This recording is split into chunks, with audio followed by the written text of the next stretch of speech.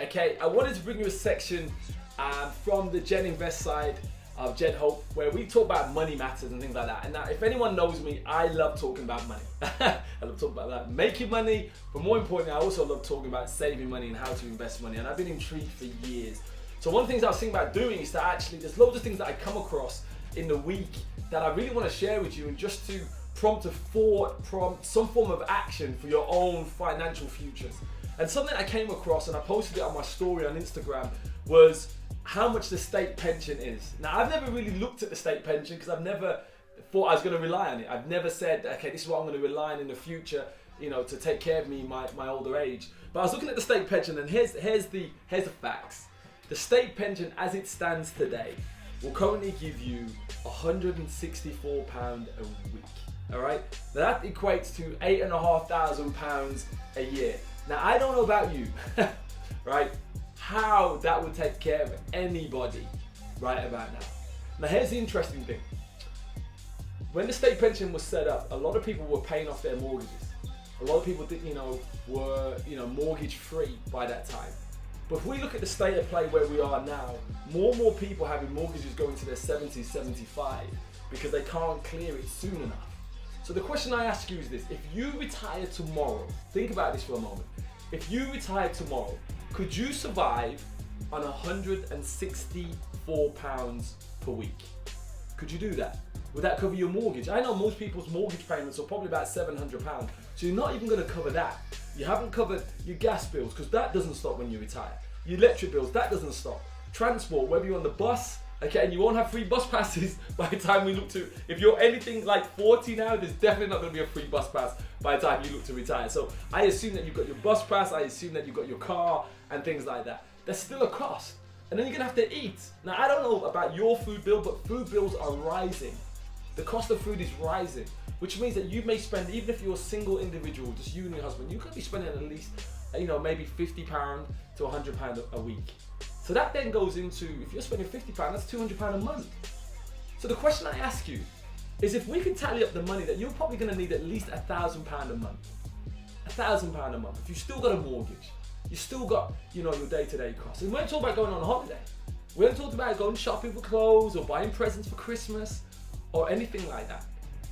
What are you going to retire on? Like, seriously, it's a sobering thought. How many of us are sitting there going, do you know what? I don't even think about it. But let me ask you this other question. How many of you are watching this video have felt to themselves, wow, I'm 40. Like the other day I was 20. Where did that happen? Or, wow, I was 30 the other day, I'm 40 now. Like, that came up to me. Like, when I became 40, it was just like, it just crept up out of nowhere. And that's what's going to happen when you're 60, and then you're 65 and 70. Here's the thing about state pensions. Most people, by the time we get to 70, won't even qualify. Do you know why? Because there'll be no money in the system. And because there's no money in the system, it means that you're going to have to rely on your own financial education for the future. So what I'm asking you is this: are you laying aside a decent proportion of money to know that you can retire for the future? Because the thing is, we're all living forever, right? We're all getting older. I see more and more people now living till 70, 80, 90. Well, who's going to take, if you retire at 70 and you die at 90, who's taking care of you for 20 years? What are you putting in place? Now, I'm not here as a financial advisor to tell you what to do. What I am saying to you is that you should be thinking about this right now. This is something that you should be really concerned about right now, because before you know it, it's going to be too late. Now, a lot of you will work for companies and things like that, and you'll have your company pension, but the contributions are not that great. So here's the question: if you want to maintain a normal lifestyle, okay, maybe that you're earning 25,000. A recent report in The Independent said that you need to have like solid cash in your savings about £250,000.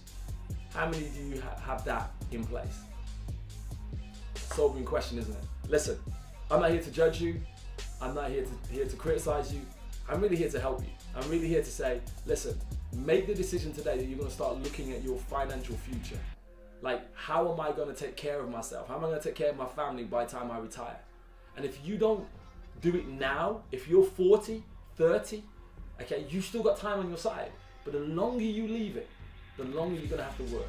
Now the question is, this morning when you woke up and you're like, I can't believe it's time for work already. Really? Do you want to be feeling like that at 75? 75 going, oh my gosh, I can just about walk and now I'm going to go to a job for the next 8 to 10 hours. Do you want to be that guy? Do you want to be that woman? Listen, start taking control of your financial future. As I said, every week I'm just going to sit here in my kitchen and I'm going to give you like just things that I've been reading that hopefully will prompt you to say, do you know what, it's time to take my financial education, my financial security into my own hands and stop messing about. This is your time, this is your life, you're responsible. Remember, not government, not your company, okay? Not hoping that someone dies in your family, okay? And you get their money. Because my advice is to everybody who's got assets, enjoy it. Don't worry about the next generation, okay? In terms of how much you want to give them. The best thing you can give the next generation, the very best thing, is education. Because that can't be taken away from them. You can give a child your house and they can squander all that money. And we'll talk about it in another video. It's not about how much you earn, but how much you keep. I think we'll do a video on that. This is like 5-minute rants, okay? Look, 5 minutes. But you can give your child a house and it's gone. But if you give them an education, it will last them a lifetime, way after you pass. So listen, once again, the question is this: how are you going to take care of yourself when you retire? And if you don't know that question, you need to know the answer to that question. If you need some help, hey, hit me up. More than happy to share. All right, God bless you. See you soon. And obviously, this is a little gem from GenInvest. See you soon.